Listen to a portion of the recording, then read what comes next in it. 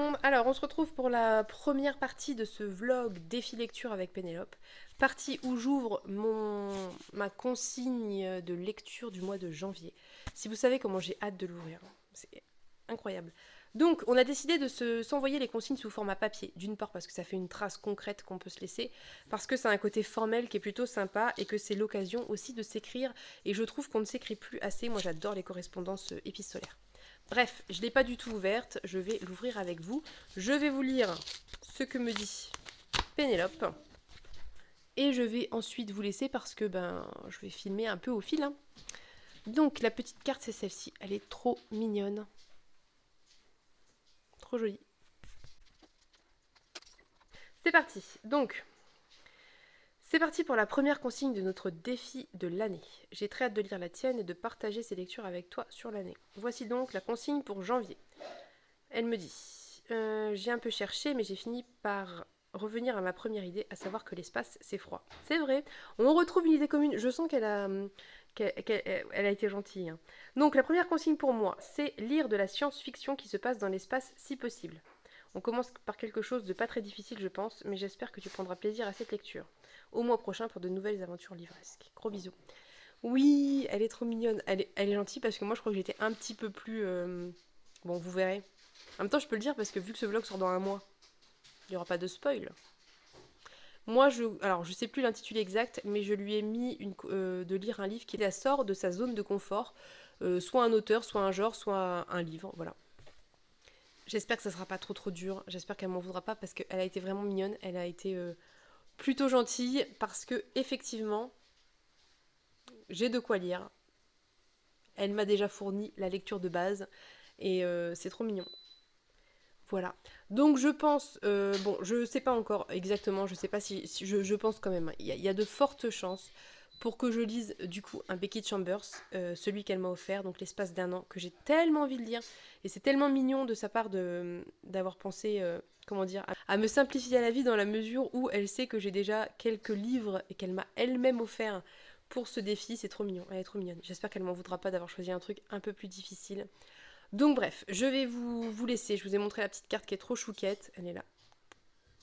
Et puis je vais pas... De toute façon, on n'est pas encore en janvier en fait, on est fin décembre. Donc je vais pas attaquer tout de suite. J'ai d'autres choses à lire avant.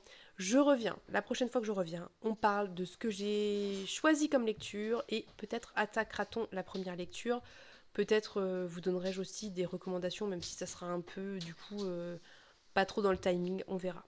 Bref, je vous laisse et je vous reprends du coup plus tard pour le choix de la lecture.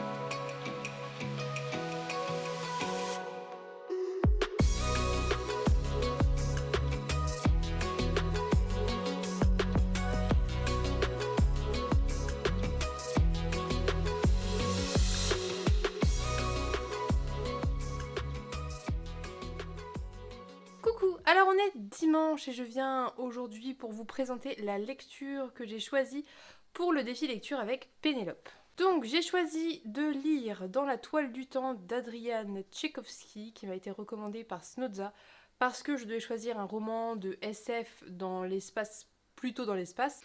Et que en fait j'en connais pas tant que ça et que ceux que je connais, eh bien ça fonctionnait pas. Enfin ça fonctionnait pas. Ça aurait pu fonctionner sauf que j'ai pensé à l'espace d'un an et je me suis rappelé que Pénélope ne devait pas savoir quelle serait ma lecture. Et vu qu'on en avait parlé juste avant, c'était un peu cramé. Donc c'était mort pour ça parce que finalement...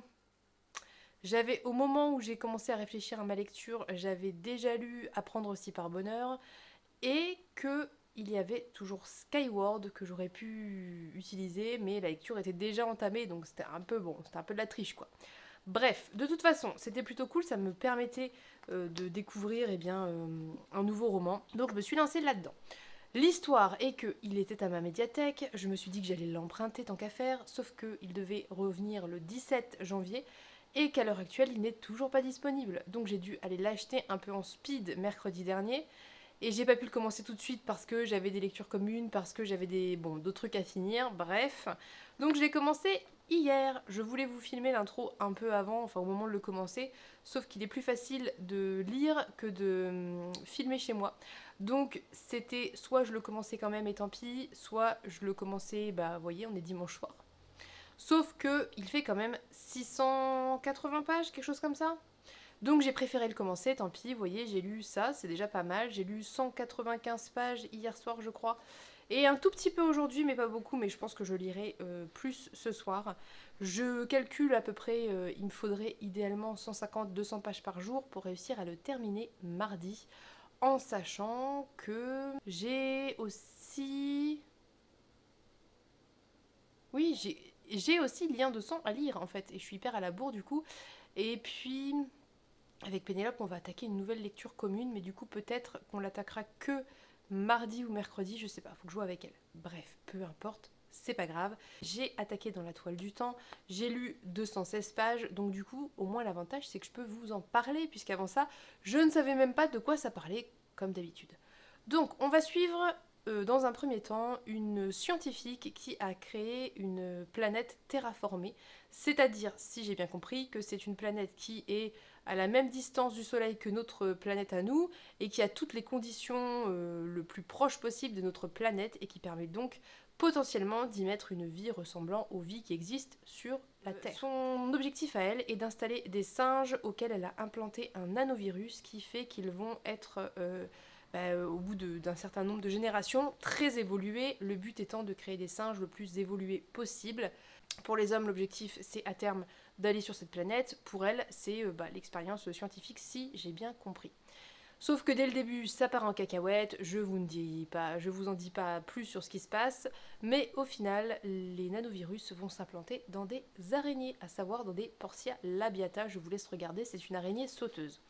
Et donc ces petites bébêtes minuscules vont commencer à être de plus en plus évoluées et on va suivre leur évolution, on va suivre la manière dont elles vont sociabiliser, la manière dont elles vont grossir, dont les connexions neuronales vont être de plus en plus nombreuses et au final à quel point elles vont de plus en plus ressembler à nos sociétés humaines.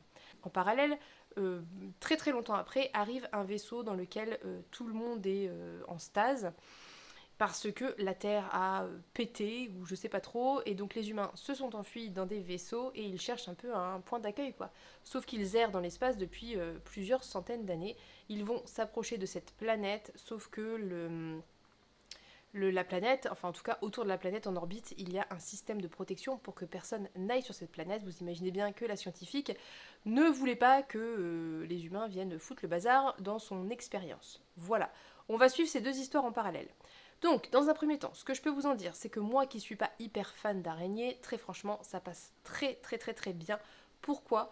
Parce qu'elles sont tellement éloignées de l'idée qu'on se fait d'une araignée, à part physiquement, et on parle assez peu de physique entre nous, qu'on oublie très vite que ce sont des araignées. Parce que tout l'aspect autour de l'évolution due au nanovirus des animaux est absolument passionnant, mais passionnant.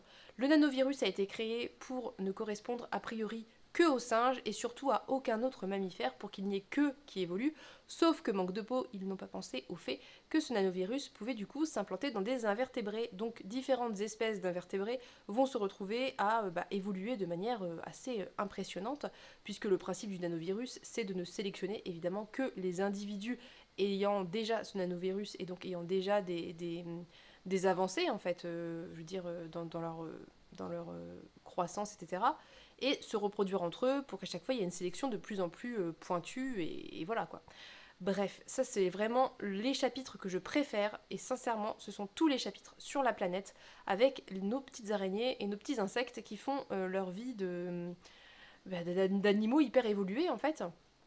Et en parallèle, l'autre aspect, donc dans le vaisseau avec les personnes, le demi-million d'humains en errance, pour le moment, m'intéresse franchement beaucoup moins.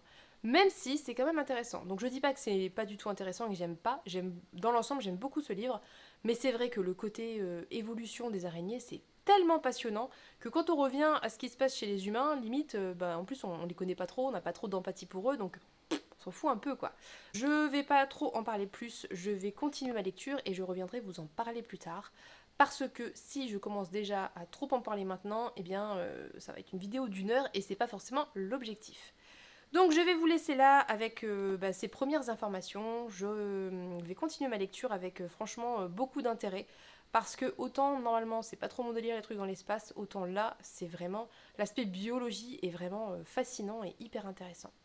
Donc bref, on se dit à plus tard pour un update sur Dans la toile du temps.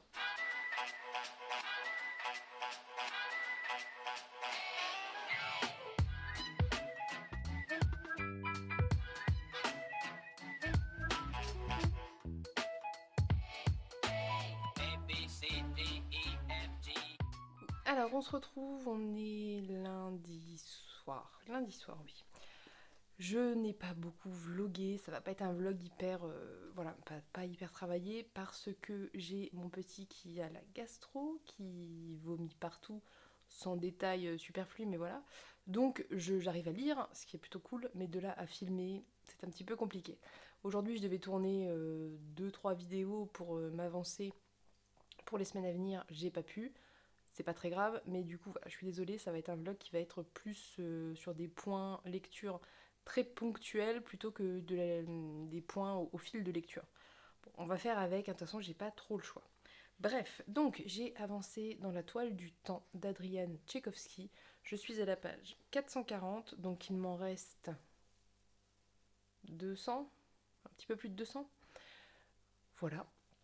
Alors, ce que je peux vous en dire à l'heure actuelle, où en suis-je dans ma lecture? On a pas mal avancé l'intrigue autour de la société des araignées, qui est franchement fascinante, passionnante, tout ce que vous voulez, parce qu'on les voit se développer en tant que société, et on reconnaît tellement fort un développement proche et des étapes proches de ce qu'ont pu connaître les sociétés humaines, de leurs prémices leurs prémices d'humains modernes, on va dire, jusqu'à aujourd'hui, et même jusqu'à l'aujourd'hui du livre, qui n'est pas notre aujourd'hui à nous, qui est un futur très lointain.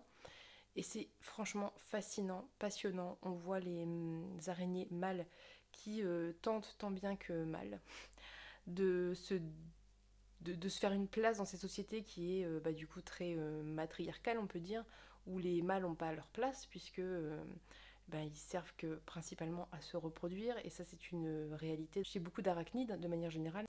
Et c'est vrai que du coup c'est hyper fascinant parce qu'on retrouve plein de problématiques qui sont propres à nos sociétés et qui arrivent hyper naturellement, mais on sent le parallèle quand même. Je sais pas si je suis très claire, il est tard, je suis fatiguée. Bref, mais vous voyez par exemple, il va se poser des questions autour d'une espèce de religion. Il va y avoir des questions autour de l'évolution et du rapport entre les individus. Il va y avoir des questions autour de sciences qui vont émerger. Il va y avoir des questions, comme je vous disais, plus sociales avec par exemple les mâles araignées qui tentent de se faire une place et qui sont très mal considérés, très mal perçus, à part quelques exceptions. Et les réflexions des femelles sont tellement proches de ce qu'on peut ou ce qu'on a pu entendre en tant que femme, à savoir celui-là il faut le garder parce que il est utile, il est plus intelligent que les autres. Bon, c'est une exception, mais du coup il est utile.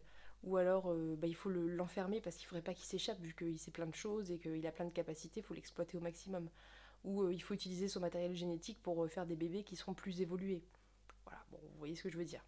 Donc c'est très très intéressant. On voit clairement la critique de plein de choses, on comprend pleinement les parallèles qui sont faits et c'est fascinant. D'autant que j'ai lu, enfin c'est écrit derrière, que Adrian Tchaïkovski a fait des études de biologie, de zoologie, de psychologie et de zoologie. Donc voilà, le mec sait quand même de quoi il parle, il n'a pas inventé un truc de nulle part, il a quand même des connaissances un minimum dans tous ces sujets, donc c'est solide, voilà, clairement c'est solide. Sur l'autre aspect concernant l'humanité, qui est un peu à la dérive, hein, parce que ils sont tous plus ou moins, donc je vous avais dit, c'est un vaisseau avec un demi-million de personnes, tous plus ou moins cryogénisés, certains qui sont réveillés par moments pour pallier certains problèmes de manière ponctuelle. Et en fait, il y a évidemment des conflits qui se développent, des intrigues qui se développent entre eux. Il y a la volonté d'investir cette planète qui est terraformée où se trouvent les araignées, mais tout le monde n'est pas d'accord pour diverses raisons. Bref, il y a plein de problématiques autour de l'humanité qui se posent et qui sont aussi très intéressantes parce que finalement ils se sont échappés pour échapper un peu à tout ça, à la bêtise humaine et à tout ce qui a détruit la Terre en fait. Et c'est une boucle infernale qui se reproduit et qui recommence. Et on suit un personnage qui voit tout ça avec un peu de recul parce qu'il n'est pas trop investi dans ces histoires et que les différents clans essaient un peu de l'avoir de son côté et de le convaincre et il a un peu de recul par rapport à ça. Bref, c'est aussi très très intéressant, bien que je préfère très clairement tout ce qui concerne les araignées, mais de très très loin. Et je vous garantis que je suis pas une grande fan d'araignées, hein. C'est pas forcément l'animal avec lequel je suis le plus à l'aise, mais on oublie en fait que ce sont des araignées. Elles ont tellement des pensées, des réflexions, des manières de communiquer, des manières de réagir proches des nôtres, qu'on oublie vraiment que ce sont des araignées, à part à certains moments où on a des... Voilà, le mot revient, mais sinon, c'est pas... Je, je, je pense qu'on peut ne pas forcément être hyper à l'aise avec les araignées et lire ça sans trop de problèmes parce que, voilà, comme je vous dis, on oublie en fait que ces araignées, on a l'impression d'être devant presque une mentalité, une façon de penser, de réagir qui est plus proche de la nôtre que d'animaux en fait. Et c'est totalement voulu puisque ce sont des êtres qui sont hyper évolués. Donc voilà. L'humanité, bon bah voilà, c'est un petit peu le schéma classique, il n'y a pas de grande surprise par rapport à ça pour le moment. Ils sont pas très attachants, on s'attache pas trop aux personnages parce que finalement on les voit pas énormément. Je sais pas, je suis pas hyper emballée par tout l'aspect tout le côté humain, mais je pense que c'est un peu volontaire en fait de la part de l'auteur. Je pense qu'il y a une volonté de nous obliger à nous détacher des humains, de nos semblables, et de nous rapprocher et de faire qu'on se sente plus en empathie avec toute la société arachnéenne en fait. Et c'est hyper intelligent en fait. C'est voilà, c'est ça, c'est très intelligent, c'est très bien fait. C'est vraiment, c'est quand même un pavé, hein, mine de rien. Je veux dire, c'est un poche qui fait 680 pages, voilà, donc avec ce que ça implique quand on lit un poche, hein, je veux dire en termes de présentation et tout, mais ça se lit tout seul. Très sincèrement, ça se lit tout seul. Au début, il m'a fallu un peu de concentration pour rentrer dans tout ce qui était plus aspect technologique et technique, mais ça passe au bout d'un moment un petit peu à la trappe parce qu'une fois que c'est installé, on suit plus les relations et on suit plus l'évolution des deux sociétés parallèles d'un point de vue, j'allais dire humain, c'est pas humain, mais d'un point de vue, ouais, voilà, social, que finalement tout ce qui va être technologie, quoi. Bref, je sais pas si je suis claire, je suis un peu fatiguée, j'espère que ça sera quand même relativement compréhensible. Sachez juste que si vous n'êtes pas à l'aise avec tout ce qui est insectes, araignées et tout, ça dépend dans quelle mesure vous n'êtes pas à l'aise en fait. Si vraiment c'est une énorme phobie, ça peut être, je pense, gênant et pas bien se passer.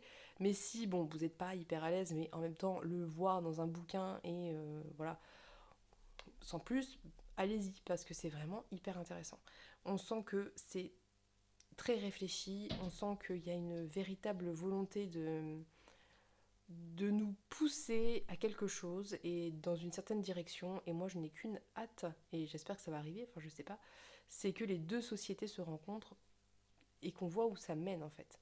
Qu'on voit ce que ça va donner, cette confrontation entre des animaux hyper évolués, des invertébrés, parce qu'en général on peut retrouver ça, mais plutôt avec des mammifères en général, c'est souvent des mammifères. Là, on va être sur une rencontre qui va être quand même un petit peu compliquée dans la mesure où on a d'un côté des invertébrés qui potentiellement pourraient bouffer des humains et de l'autre côté des humains qui seront pas forcément à l'aise face à des araignées gigantesques, si vous voulez. Je sais pas, on va voir où ça mène, on va voir si on y arrive, si ou pas. Peut-être que ça va pas du tout arriver, qu'il y aura pas de conflit parce que ça va pas se faire, j'en sais rien. Je suis curieuse de découvrir. Franchement, je pense que je l'aurai fini dans les temps. Si je veux être dans les temps, vraiment, en étant pas trop stressée, je lis jusqu'à au moins la page 500, donc encore 60 pages ce soir, et je termine demain les 180 qui restent, ce qui est largement faisable. Mais je vais essayer d'aller le plus loin possible, histoire de demain pas avoir la pression, et puis pouvoir terminer ça sans devoir enchaîner, parce que c'est pas l'objectif pour moi. Voilà, très sincèrement, j'ai pas lu de manière hyper intense ces derniers jours, et ça s'est quand même lu tout seul, quoi. Donc voilà, à vous de voir si ce genre de sujet peut vous intéresser. Je pense qu'il faut plus le prendre comme quelque chose, comme une espèce d'expérience ou de réflexion social, d'un point de vue évolution, communauté, d'un point de vue réflexif, que vraiment de la SF classique. Enfin, je sais pas comment dire, parce que est-ce que j'ai une assez bonne notion de la SF classique pour me permettre de dire ça? Je n'en suis pas sûre, mais là, on n'est pas dans quelque chose qui veut être une grosse... Enfin, j'ai pas l'impression qu'on soit dans quelque chose qui ait la volonté d'être une grosse aventure spatiale. L'espace, c'est limite un prétexte pour créer cet univers terraformé. Et ça implique forcément des choses, parce que bah, voilà, les possibilités sont limitées. Mais c'est pas le cœur du sujet en soi. C'est plus une contrainte, notamment pour les humains, qu'autre chose. Voilà, donc je sais pas, à vous de voir si ça peut vous intéresser. Sachez en tout cas que c'est pas franchement typiquement le genre de bouquin vers lequel je me serais spontanément dirigée. Marion m'a mis le pied à l'étrier et elle a très bien fait. Et d'ailleurs, je pense que je vais suivre toutes ses recommandations, parce que de manière générale, je pense qu'elle a le goût sûr en termes de SF. Mais je suis ravie du coup d'avoir fait cette découverte, parce que voilà, ça me sort de ma zone de confort, ça me sort de mes petites habitudes de lectrice qui va pas chercher forcément toujours très très loin, et c'est très bien.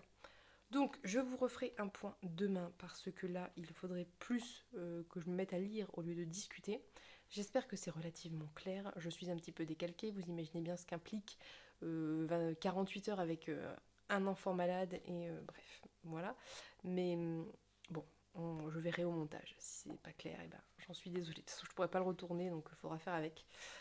Sinon, avant de vous laisser, j'attends la prochaine lettre de Pénélope qui aurait dû arriver aujourd'hui, parce qu'elle me l'a envoyée mercredi. Donc je sais pas pourquoi ça traîne. Et elle attend la mienne aussi du coup. Donc j'espère que demain je l'aurai, et que je pourrai conclure cette vidéo sur l'ouverture de notre prochain défi pour le mois de février, qui est autour du thème du grand thème de l'amour. Donc j'ai vraiment hâte de voir quel sera mon défi, j'ai hâte qu'elle découvre le sien. Donc voilà, je vous dis à demain du coup.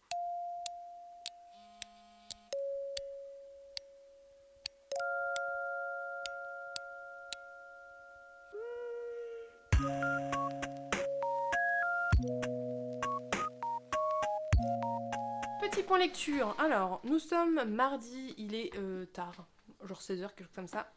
J'ai presque terminé Dans la toile du temps, il me reste quelque chose comme 150 pages.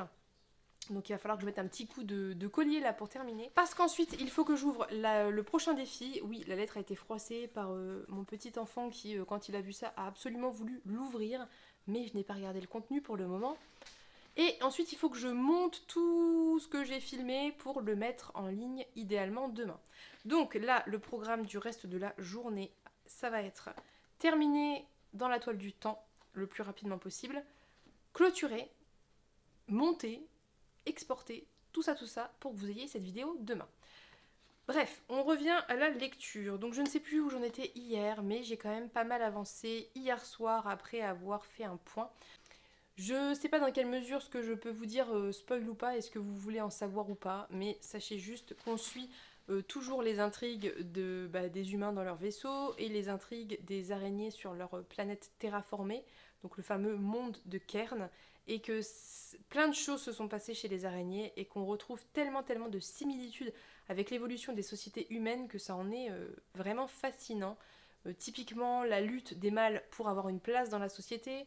Qu'est-ce qu'on retrouve d'autre? L'exploitation d'autres espèces animales par les araignées pour creuser, pour aller chercher des minerais, pour faire tout ce qu'elles ont envie de faire, mais qu'elles ne peuvent pas ou ne veulent pas faire elles-mêmes.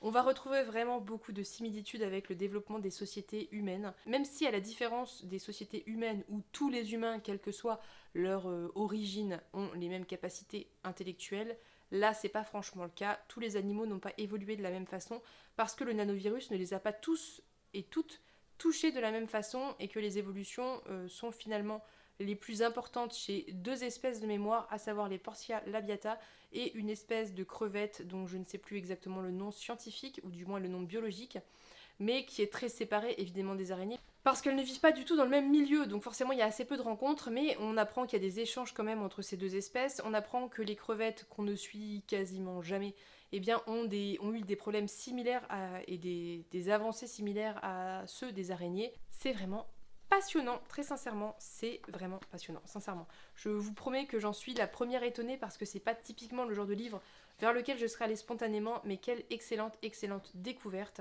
J'en suis ravie. Donc là, l'objectif de ma journée, c'est de le terminer. Je pense que ça va pas prendre trop longtemps parce que ça se lit quand même très très bien, même si c'est de la SF dans l'espace avec un aspect technologie et tout, ça se lit super bien.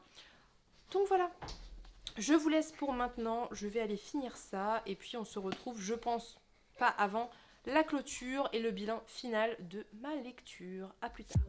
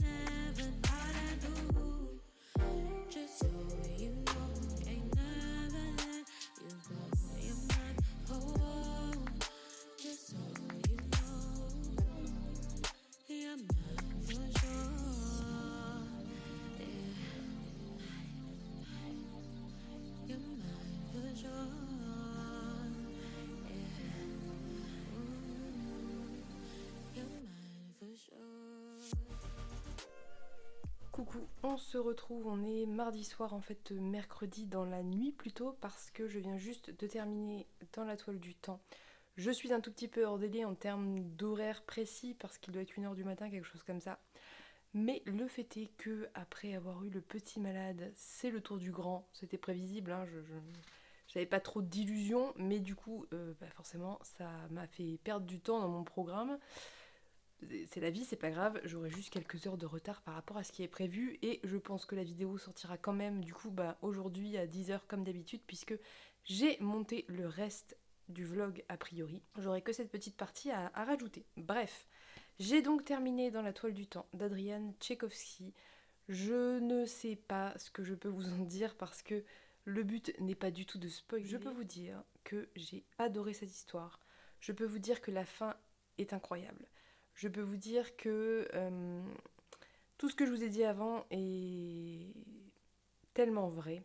C'est-à-dire que on va être de plus en plus au fur et à mesure de cette fin qui approche, dans une compréhension avec l'humanité et les problématiques des humains dans leur vaisseau spatial qui, à un moment ou à un autre, va devoir forcément atterrir quelque part.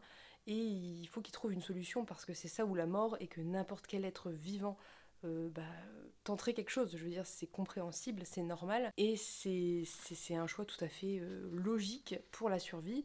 Et on est aussi, et plus encore, dans une grande empathie avec la société des araignées, puisque elles, finalement, sont là depuis aussi loin que remonte leur mémoire collective, et elles sont chez elles, et voilà, et forcément, on sent bien qu'il y a un conflit qui va arriver quelque part à un moment donné entre la volonté de survie de l'humanité et la volonté de survie des araignées aussi, et la peur de cet envahisseur inconnu qui ne ressemble à rien qu'elles connaissent, puisque sur cette planète il n'y a que très peu de mammifères, je crois qu'il n'y a que des souris, donc voilà, c'est génial, c'est génialement fait, c'est extrêmement intelligent, et je reviens sur ça en vous redisant et en insistant sur l'intelligence du propos, sur l'intelligence de la manière dont il est tenu, sur l'intelligence de l'utilisation de la science au service, pour une fois peut-être, de tout ce qui va être émotion, de tout ce qui va être sentiment, de tout ce qui va être un peu plus impalpable en fait.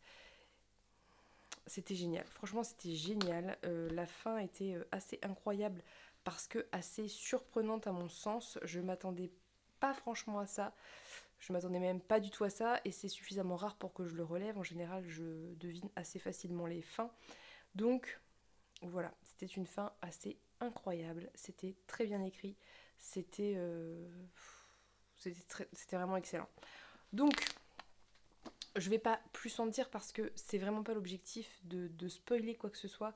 Et j'espère que je ne l'ai pas fait. Je ne pense pas. J'ai re-regardé ce que je disais et je pense pas que ça spoil parce que tout ce que j'évoque dès qu'on avance un peu dans le livre, on se doute de ces choses-là. Donc il n'y a rien de franchement donné.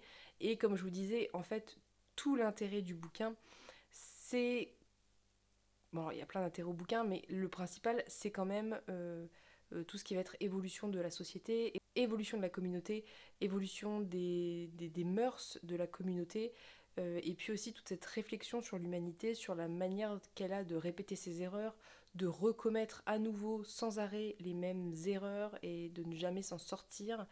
Et voilà.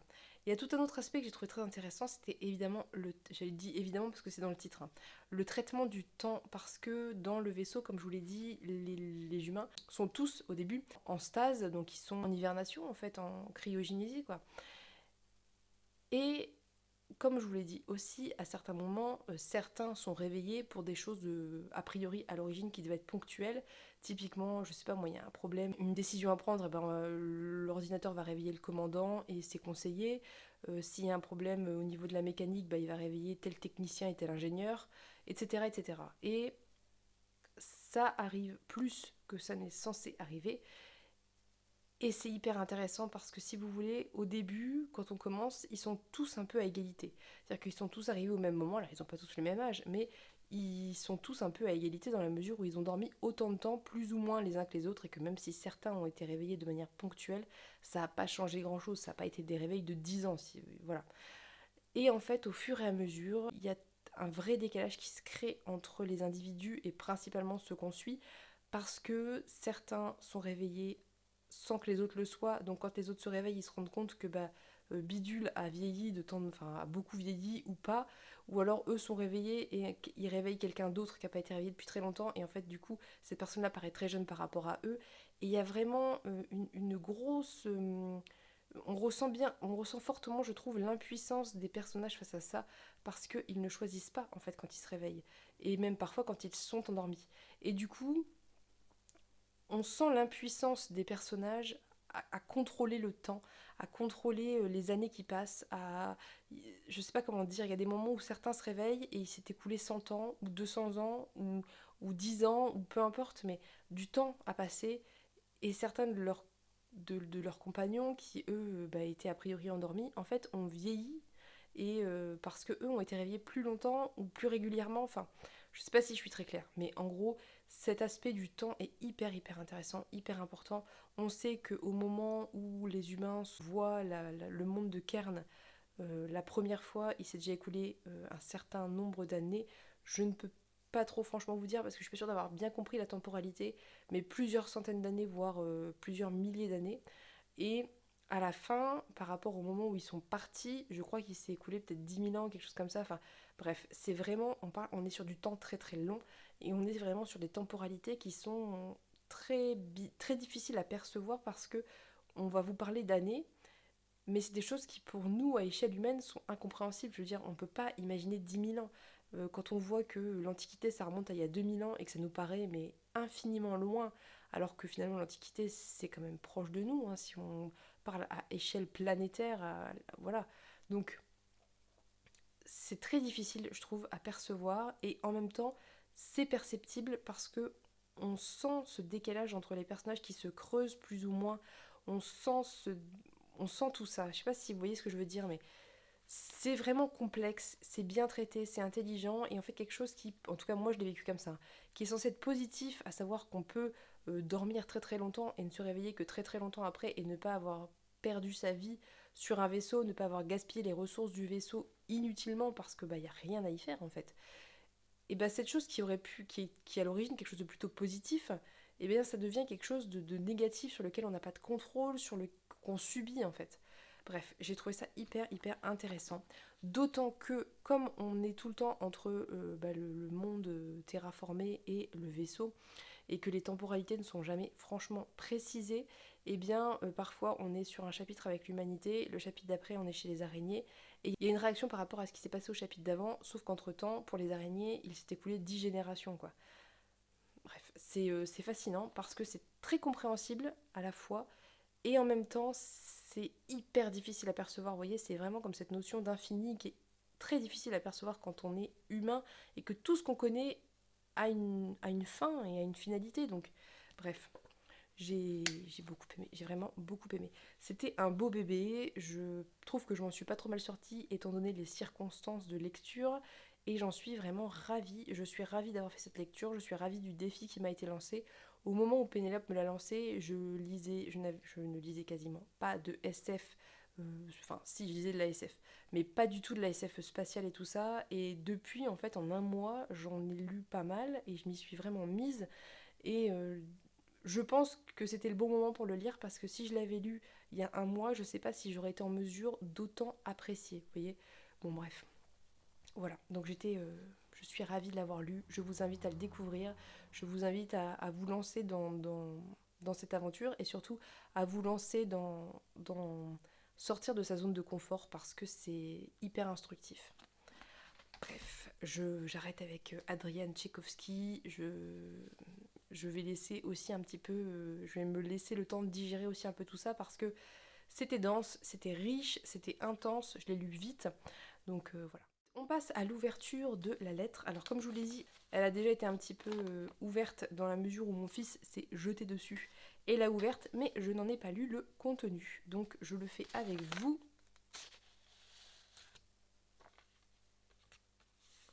C'est-il pas trop mignon?